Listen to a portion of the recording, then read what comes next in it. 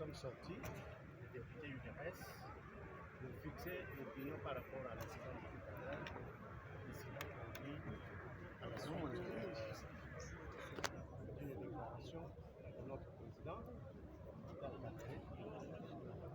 qui aurait été informé du dépôt par les membres de l'UDPS, les députés de l'UDPS, le dépôt d'une motion de censure contre le gouvernement souminois. Et nous avons été choqués par ces propos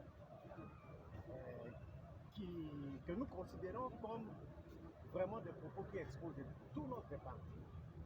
Exposer l'UDPS comme ça, face à l'opinion, ça ne nous a pas fait et ça ne nous fait pas plaisir.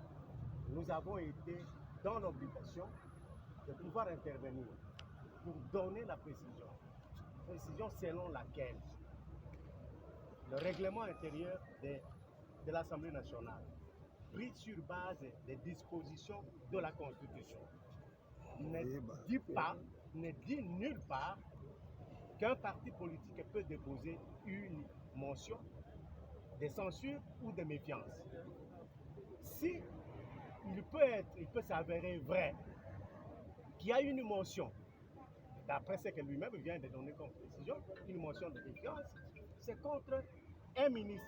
Et ce n'est nullement l'intention du parti politique l'UDPS, mais c'est un droit réglementaire et même constitutionnel reconnu à tout député, qui peut agir individuellement ou collectivement. Nous pensons qu'on ne peut pas vouloir une chose et son contraire à la fois. Il n'y a pas longtemps, le président Kamere a dit à tous les députés qu'il va leur reconnaître le droit de faire le contrôle parlementaire. Et donc, s'il y a un député qui veut jouir de son droit, ou s'il y a un groupe de députés décidés à pouvoir jouir de leur droit de faire ces contrôles parlementaires, il ne faut pas que le bureau en fasse un problème de parti politique. Parce que là, il est en train d'exposer tout un parti politique qui est pourtant partenaire à son parti politique. Nous sommes tous membres de l'Union sacrée. Donc nous ne comprenons pas pourquoi il s'est énervé en parlant de l'UDPS, en se référant même à ce qui se passerait en France, pour se poser la question de savoir si le parti politique Ensemble de Macron peut se permettre d'initier une motion contre le gouvernement français ou contre un ministre français. Donc c'est cela qui nous a fait, qui nous a choqués, et nous nous sommes retrouvés, comme vous nous voyez là, pour essentiellement fixer l'opinion. Le président Vital, oui, le président de l'Assemblée nationale a regretté tout à l'heure là les propos sortis, mais vous voyez déjà, vous de la presse, vous avez déjà relayé cette histoire sur les réseaux sociaux.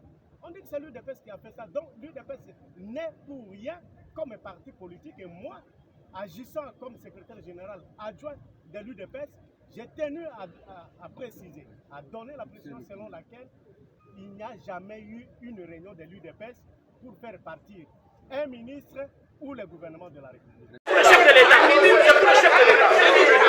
Ok.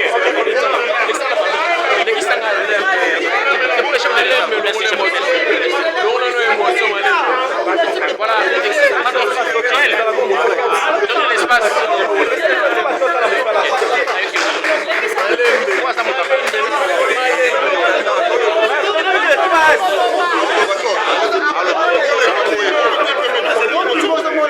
Oui, très bien, merci. Ok, laissez-moi. Aidez-moi. Excellence. Pardon, l'image. Excellence, vous avez apporté quelques projets de loi de ratification, notamment pour aider dans la sécurité de l'agriculture, la santé.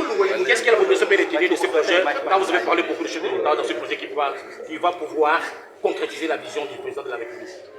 Merci beaucoup, messieurs les journalistes. Je suis très heureux de passer devant la Chambre basse de notre Parlement, là où il y a les élus légitimes du peuple congolais, pour présenter au nom du gouvernement qui dirige son excellence Madame Judith Toulouka, 7 projets de loi de ratification dont des instruments multilatéraux en matière d'optimisation de la fiscalité pour lutter contre l'évasion fiscale, mais également la sous-capitalisation de nos entreprises qui œuvrent dans les secteurs des mines, mais également dans les secteurs de télécommunications. Vous allez constater que plusieurs multinationales utilisent des systèmes sophistiqués de la fiscalité pour échapper à la base d'imposition et réduire l'assiette. Le gouvernement a pris l'initiative de ratifier des instruments multilatéraux. Il était question de les présenter devant l'Assemblée nationale pour ratification afin que ces projets puissent entrer en vigueur et permettre à notre administration fiscale de mobiliser autant de ressources pour financer les programmes d'action du gouvernement. À côté de ces instruments qui ont été présentés, nous avons présenté également plusieurs projets de loi de ratification qui concernent le secteur de la transformation agricole, parce que son Excellence, Monsieur le Président de la République, chef de l'État, son Excellence Félix Antoine Tshisekedi Tshilombo, avait émis une requête auprès de la Banque africaine de développement pour obtenir une allocation exceptionnelle dans le secteur de la transformation agricole. Ainsi, il était question pour le gouvernement de venir présenter des projets de prêt et des projets de loi de ratification afin que les parlements puissent les adopter. Sans oublier les derniers textes que nous avons présentés, il s'agit d'un prêt syndiqué entre la République démocratique du Congo et des banques sud-africaines. Un prêt qui tourne autour de 270 millions de dollars avec une participation de l'État en equity, sans aucune garantie souveraine, mais avec un délai de remboursement de 10 ans, y compris un délai de grâce de prix de 2 ans, un taux acceptable pour financer l'investissement public. Il est question d'acquérir des outils et des engins afin de connecter notre pays et construire et moderniser nos routes pour aller dans la perspective de la diversification de notre économie. Donc, sans route, il n'y aura pas d'externalité positive, il n'y aura pas une croissance endogène qui pourrait s'en suivre par la transformation de l'agriculture. Il faut mettre alors des bouchées doubles pour investir dans les secteurs de la réhabilitation et de la modernisation de nos routes. Merci. Vous êtes un bon technicien.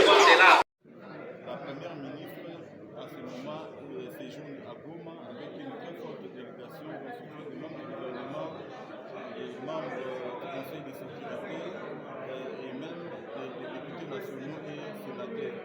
Donc, il séjourne à Goma pour 4 jours, toujours dans le cadre de cette évaluation-là que l'Assemblée nationale avait préconisée afin de trouver des solutions idoines par rapport à l'état de siège. Évaluer le fonctionnement de l'état de siège pour en tirer des conclusions s'il faudra les maintenir en arrêté par là.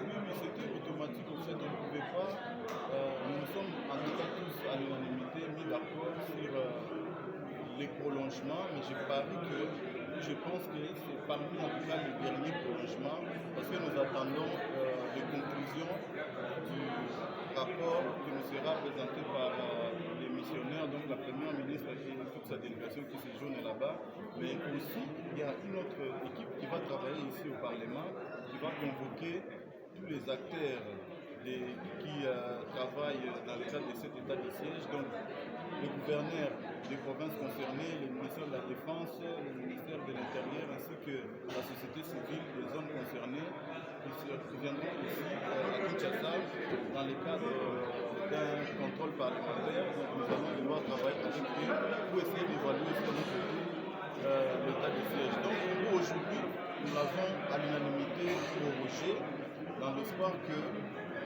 les compromis ou les conclusions de la mission qui nous seront rapportées ici nous éclairciront encore davantage et ça nous permettra de trouver une solution la fois prochaine s'il faudra prolonger ou pas.